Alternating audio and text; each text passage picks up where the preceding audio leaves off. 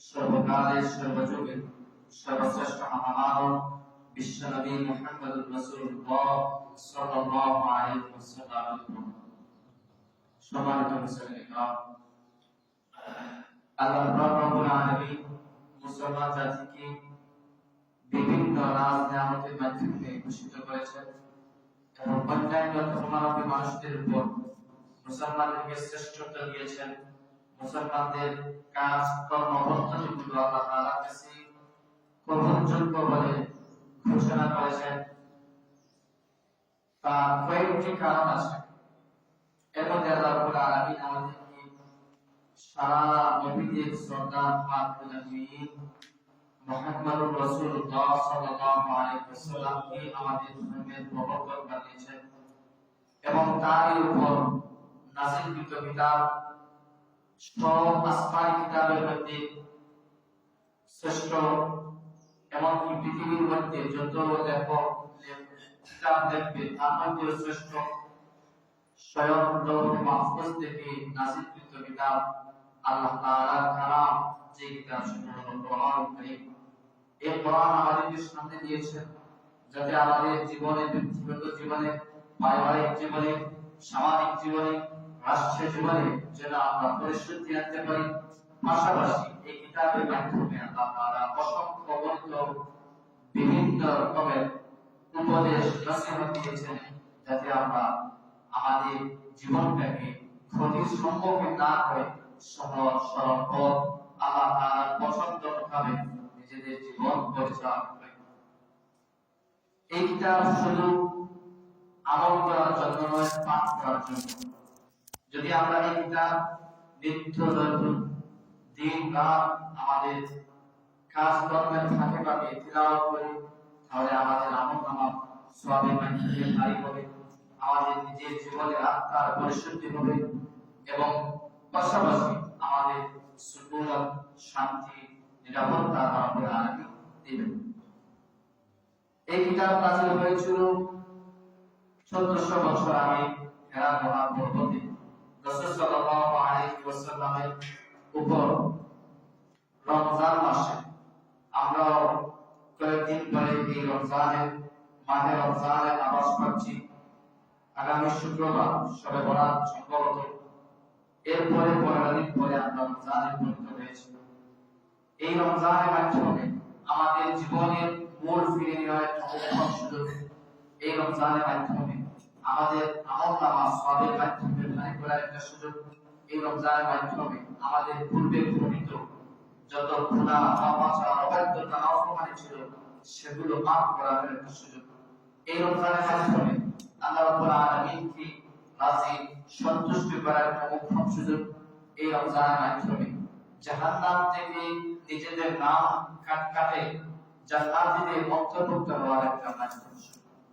আল্লাহ রাব্বুল আলামিন আমাদেরকে এই মাধ্যমগুলো উপায় বর্জন করে যেন আমরা আল্লাহ তাআলার সন্তুষ্টি বান্দাদের অন্তর্ভুক্ত হতে পারি। আল্লাহ তাআলা আমাদেরকে তৌফিক দান করেন।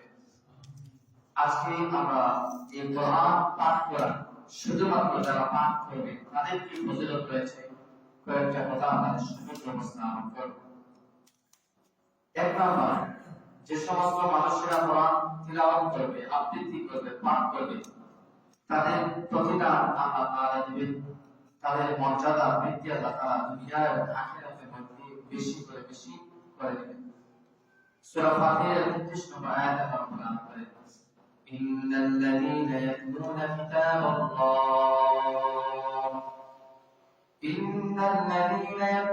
কিতাবাল্লাহি ওয়া আকামুস সালাতা ওয়া আনফাকু মিম্মা রাযাকনাহুম سرا وعلانية يرجون تجارة لن تبور। رب العالمين বলেন,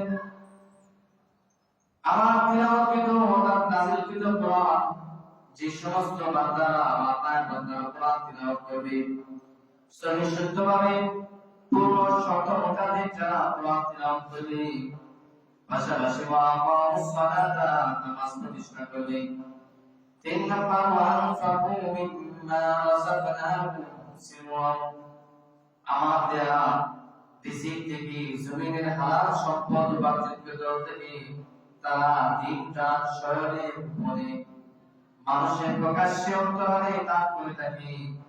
এই তিনটা কাজ যে সমস্ত বান্দারা করবে ইয়ারজুনা তিজারাতান লান তাবুর, আমি যেন তারা আশা করা যায় আল্লাহ তাআলার সাথে এমন একটা ব্যবসা করছি যে ব্যবসা কখনো কোনো লস হবে না।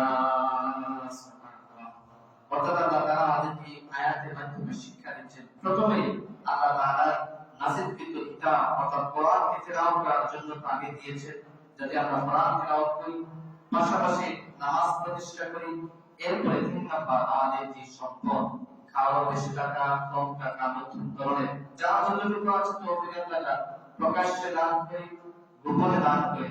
এই ক্যাটাগরি যদি আমরা নিজেরা নিজেদের জীবনের উপর প্রয়োগ করে চলতে পারি, তাহলে অবশ্যই আল্লাহ রাব্বুল আলামিন আমাদেরকে দুনিয়ার মধ্যে লাভবান করবেন, পাশাপাশি আখিরাতের মধ্যেও লাভবান করবেন। এই বলে আল্লাহ তাআলা আমাদের কি ওয়াদা করেছেন। আল্লাহ তাআলা আমাদেরকে এই ক্যাটাগরি, এই সিফাতের নামে বর্জনকারী তাদের অন্তর্ভুক্ত হওয়ার তৌফিক দান করুন। আমিন। এরপরে 2 নাম্বার, যে সমস্ত মানুষেরা কোরআন তিলাওয়াত করে, যে সমস্ত মানুষেরা কোরআন পাঠে অধ্যয়ন থাকে, তাদের মর্যাদা আল্লাহ তাআলা দুনিয়ার মধ্যে দিয়ে দিবেন। ইবনে মাজাহ 218 নম্বর হাদিসে একজন সাহাবী বলেন, আন্না আব্দুল হারিস রাদিয়াল্লাহু তাআলা قال لقي عمر بن الخطاب رضي الله تعالى بعصفان। নাফি ইবনে আব্দুল হারিস রাদিয়াল্লাহু তাআলা বলেন, আমি খলিফাতুল মুমিনিন ওমর রাদিয়াল্লাহু তাআলা এর সাথে সাক্ষাৎ করেছিলাম উসমান নামক জায়গায়। ওয়াকানা আহলান ওয়াকানা আমার ইস্তাআমালুহু আলা মক্কা, ওই সময় মক্কা গভর্নর ছিলেন, মক্কা দায়িত্বশীল ছিলেন। ফাকালা আমর মান ইস্তাখলাফতা আলা আহলাল ওয়াদি, হে সাহাবী, তোমাদের এলাকার জন্য, তোমাদের এলাকায় কাকে তোমাদের প্রতিনিধি খলিফা নির্ধারণ করেছো? সাহাবা বলেন, ক্বালা ইস্তাখলাফতু আলাইহিম মান ইবনে আফজার, ইবনে আফজার নামক একজন সাহাবী আমরা আমাদের খলিফা হিসেবে নির্ধারণ করেছি।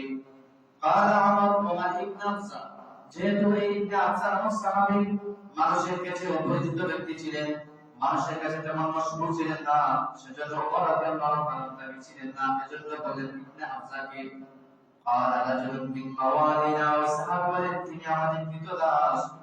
ক্বালা আমর ফাস্তাখলাফতা আলাইহিম মাওলা, ওমর রাদিয়াল্লাহু তাআলা তিনি হতভম্ব হয়ে জিজ্ঞেস করেন, তোমরা আমাদের খলিফা হিসেবে তোমরা স্বাধীন ব্যক্তিরা আছো, প্রভাবশালী ব্যক্তিরা আছো, নেতৃত্বের গুণে গুণান্বিত ব্যক্তিরা আছো, তারপরেও তোমরা একজন কৃতদাসকে তোমরা আমাদের খলিফা হিসেবে নিযুক্ত করেছো। সাহাবা বলেন, আমরা ওই ব্যক্তির কাছে 2টি ক্যাটাগরি পেয়েছি, 2টি গুণ পেয়েছি, যার কারণে আমরা ইসলামকে আমাদের খলিফা নিযুক্ত করার জন্য সত্যই গুণান্বিত একজন ব্যক্তি হিসেবে পেয়েছি। এর মধ্যে একটি কথা হলো ইন্নাহু কারিউন লিকিতাবিল্লাহ, তিনি আল্লাহ তাআলার কিতাব অর্থাৎ কোরআনকে সুন্দরভাবে তেলাওয়াত করতে পারেন। কোরআনের জ্ঞান যার মধ্যে রয়েছে আমাদের মধ্যে আর কারো এরকম জ্ঞান নাই। 2 নম্বর হলো আলিমুল ফারাইস, তিনি উত্তরাধিকারী সম্পত্তি সম্পর্কে খুবই বেশি জ্ঞাতবান, খুবই বেশি জানেন।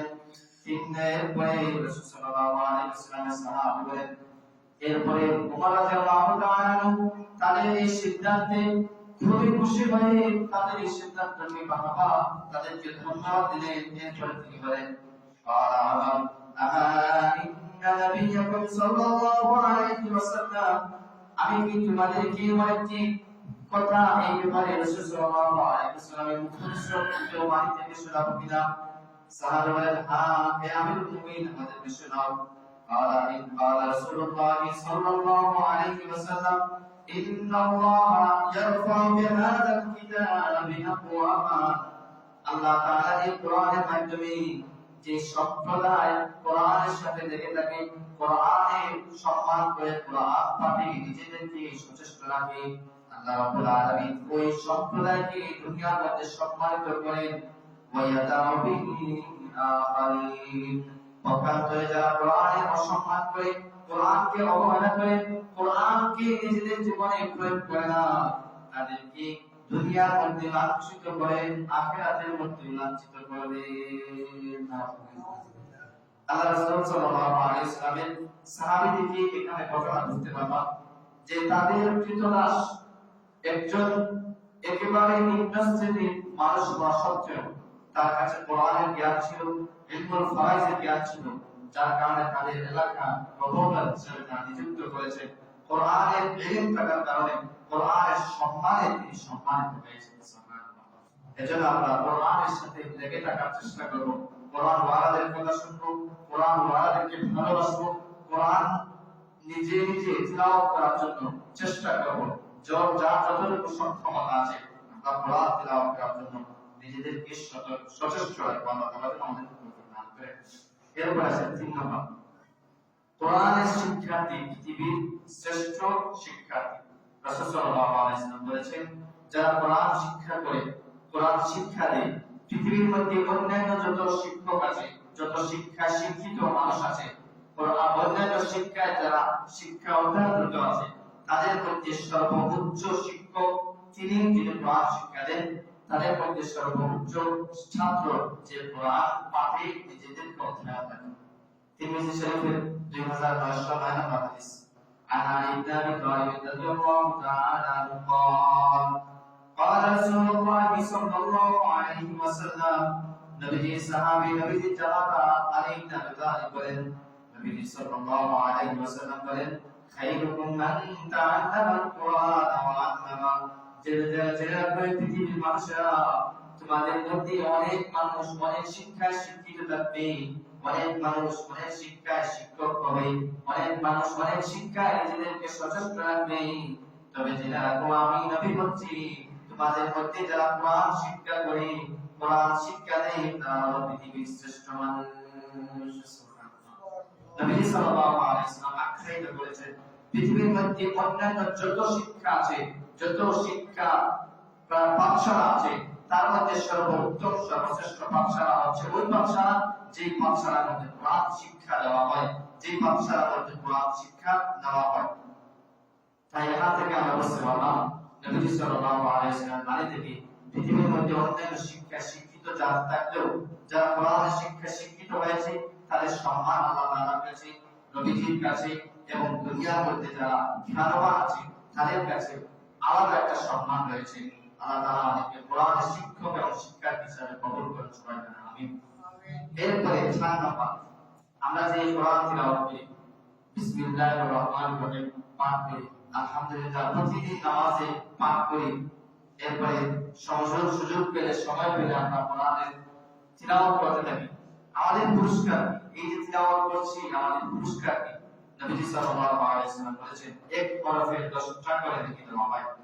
তিরমিজি শরীফের 2910 নম্বর হাদিস, عن عبد الله بن مسعود رضي الله تعالى عنه قال سمعت رسول الله صلى الله عليه وسلم, নবী সাল্লাল্লাহু আলাইহি ওয়াসাল্লামের সাহাবী আব্দুল্লাহ ইবনে মাসউদ রাদিয়াল্লাহু তাআলা বলেন, আমি নবী সাল্লাল্লাহু আলাইহি ওয়াসাল্লাম কে বলতে শুনেছি, তিনি বলেন, মান ক্বারা হারফান মিন কিতাবিল্লাহ, আমার উম্মতের মধ্যে যে ব্যক্তি কোরআনের একটা আয়াত একটা অক্ষর তিলাওয়াত করে, একটি হরফ তিলাওয়াত করে, ফালাহু বিহি হাসানা, তার জন্য একটা হাসানাত প্যাকেজ রয়েছে, ওয়াল হাসানাতু বিআশরি আমসালিহা, আর ওই হাসানায় থাকবে 10টা প্রতিদান, অর্থাৎ 10টি সওয়াব। নবী সাল্লাল্লাহু আলাইহি ওয়াসাল্লাম ব্যাখ্যা করে আমাদেরকে বুঝিয়ে বলতেছেন, লা নাকুলু আলিফ লাম মিম, আমি বলি না আলিফ লাম মিম সব মিলে একটা অক্ষর, ওয়ালাকিন আলিফুন হারফুন, আলিফ একটা অক্ষর, ওয়ালাতুন হারফুন, লাম একটা অক্ষর, ওয়া মিমুন হারফুন, মিম একটি অক্ষর। আলিফ লাম মিম যদি কোনো বান্দা পড়ে ফেলে, তাহলে আলিফ লাম মিমের মধ্যে 3টি অক্ষর রয়েছে, প্রতিটি অক্ষরে যদি 10টি করে নেকি লেখা হয়, তাহলে ওই ব্যক্তি আলিফ লাম মিম পড়ার সাথে সাথে 3 10 30টি নেকি তার আমলনামায় যুক্ত হয়ে যাবে। সুবহানাল্লাহ।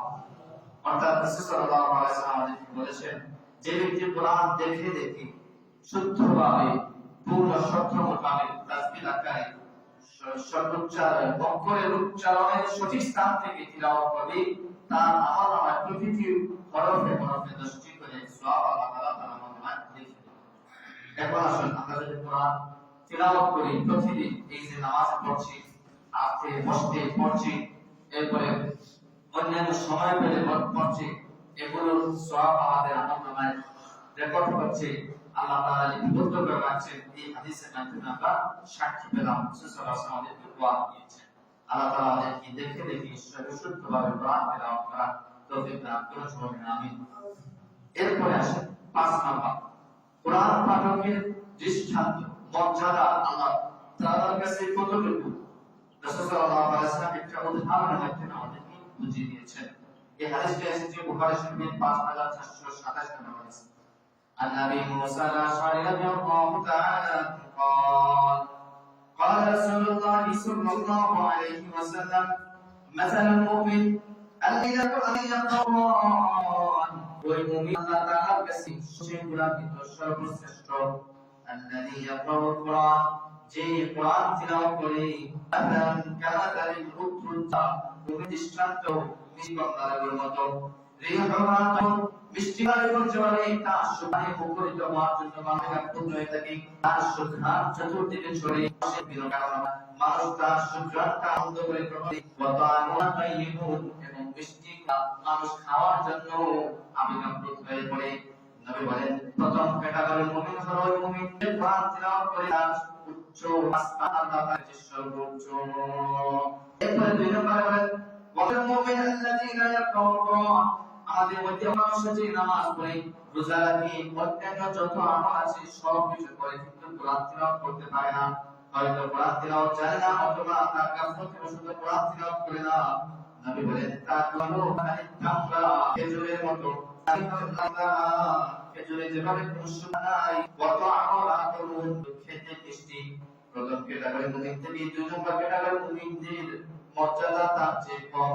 এরপরে 3 নম্বর নবী বলেছেন ومثل المنافق الذي يقرأ القرآن ওই মুনাফিক অর্থাৎ কাজে মুনাফিক, কর্মে মুনাফিক, কথাবার্তায় যে সমস্ত মুনাফিকের কেটা বলেছে সেই কেটাগরির মাধ্যমে সে মুনাফিক অন্তর্ভুক্ত।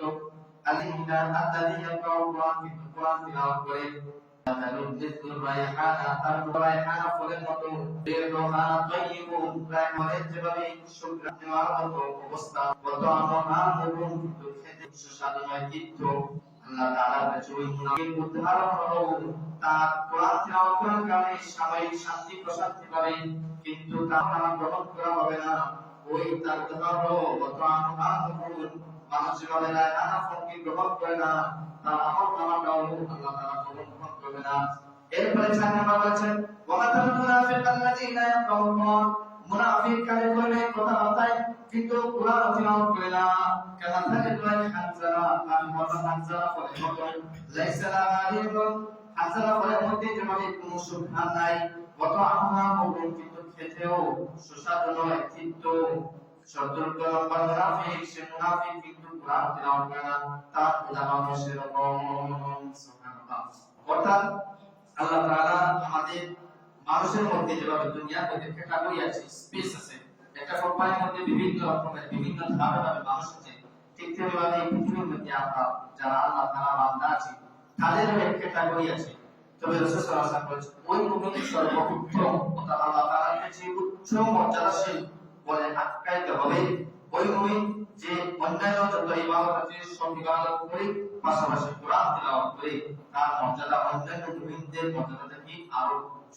আল্লাহ তাআলা আমাদের এই সমস্ত মুমিনের অন্তর্ভুক্ত করতে দান করুন, সকলে আমিন।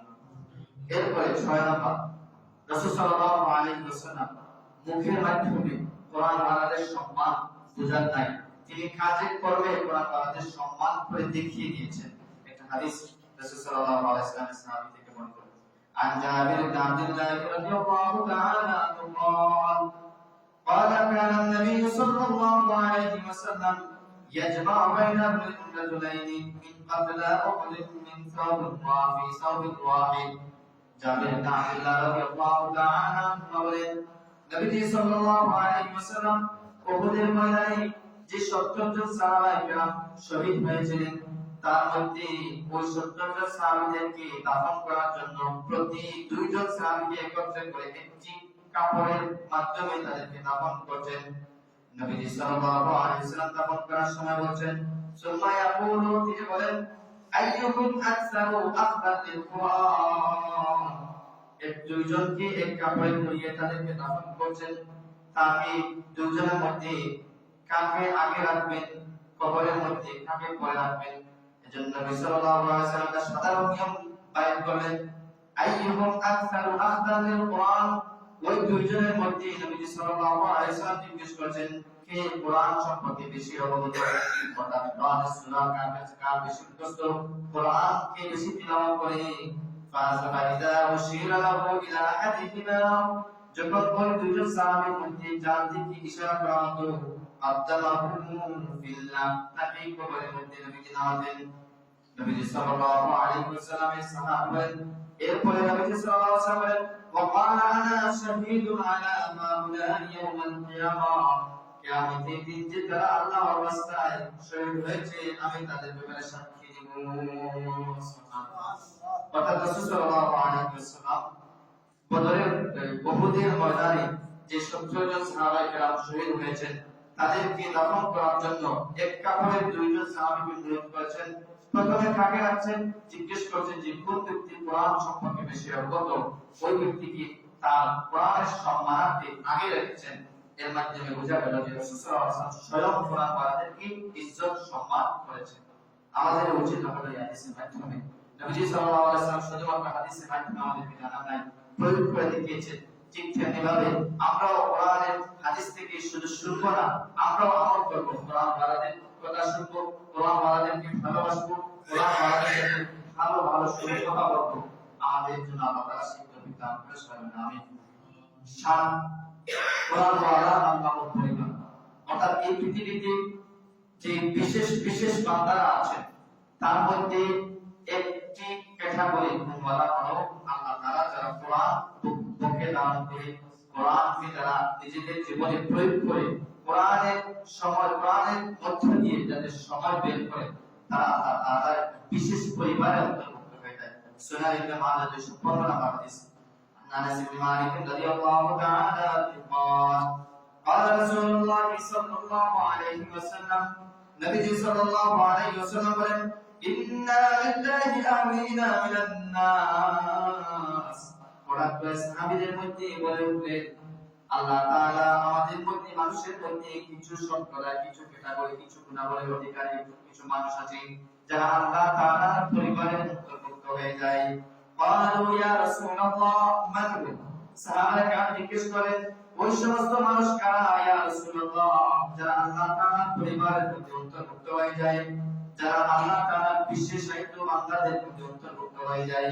নবীজি সাল্লাল্লাহু আলাইহি ওয়াসাল্লাম বলেন, হুম আহলুল কুরআন, তারা হলো আহলুল কুরআন, অর্থাৎ কুরআন ওয়ালা, যারা কোরআন শিক্ষার্থী, যারা কোরআন শিখে, যারা কোরআনের পিছনে নিজেদের সময়গুলো ব্যয় করে, দুনিয়ার এই তন্ত্রমন্ত্রের পিছনে না পড়ে, কোরআন যারা নিজেদের জীবনে প্রয়োগ করে, কোরআনের কথা শুনে, কোরআন যা নিষেধ করেছে তার আমল করে, কোরআন যা আদেশ করেছে তার উপর নিজের জীবন প্রতিষ্ঠা করে, কোরআন যদি যে কাজের দিকে আহ্বান করে সেই দিকে আহ্বানের কাজে তারা সাড়া দেয়, কোরআন যেদিকে যেতে নিষেধ করেছে সেই দিক দিয়ে তারা নিজেদেরকে বিরত রাখে, এরকম ভাবে দিনে রাত তারা কোরআনের মাধ্যমে প্রয়োগ করেছে, তারা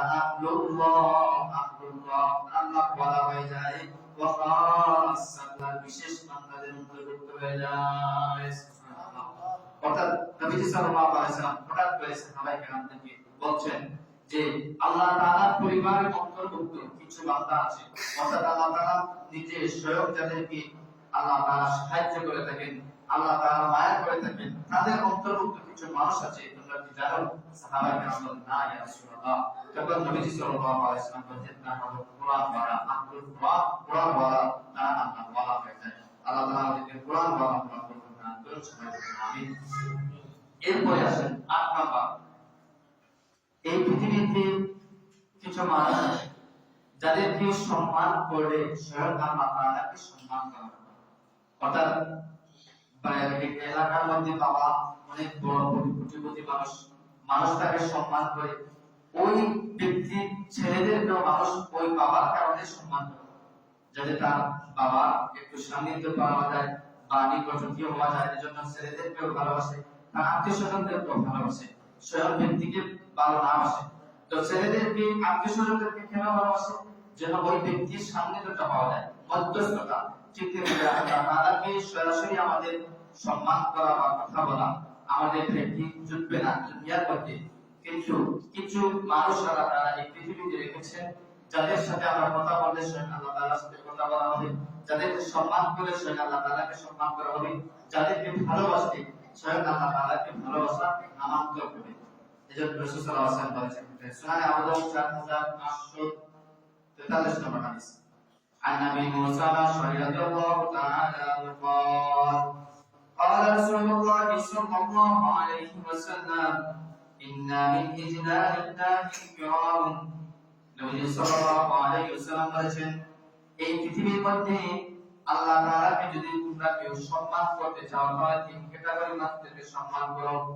ইকরামুল লিসাইবাতিল মুসলিম, ওই মুমিন যে তার যৌবনের প্রারম্ভ থেকে ইবাদত করে করে বৃদ্ধ হয়ে গেছে, আগের মতো এখন নামাজ পড়তে পারে না, আগের মতো তার শরীরে শক্তি নাই, হাঁটতে পারে না, কিন্তু নামাজ পড়ে আল্লাহ তাআলা বাধ্য হয়ে নিজেদের জীবন পরিচালনা করে আল্লাহ তাআলা মাকবুল হয়ে গেছে ইবাদত করতে করতে। এমন মুমিন, বৃদ্ধ মুমিনকে যদি তুমি ভালোবাসো, তার সাথে সুন্দরভাবে কথা বলো, তাকে যদি সম্মান শ্রদ্ধা ভরে নিজে সম্মান করো, তার সাথে যদি তুমি ভালোবাসা আচরণ দেখাও, তাহলে স্বয়ং তুমি আল্লাহ তাআলাকে ভালোবাসা আচরণ দেখিয়েছো। 2 নম্বর, ওয়াহামিলুল কুরআন, যারা কোরআনকে পক্ষে ধারণ করে কোরআনের মাধ্যমে যারা নিজেদের জীবন তাদের জীবনে প্রয়োগ করে থাকে, এরকম ব্যক্তিকে যদি অন্য মানুষরা সম্মান করে, তাহলে ওই মানুষগুলো যেন আল্লাহ তাআলাকে সম্মান করলো।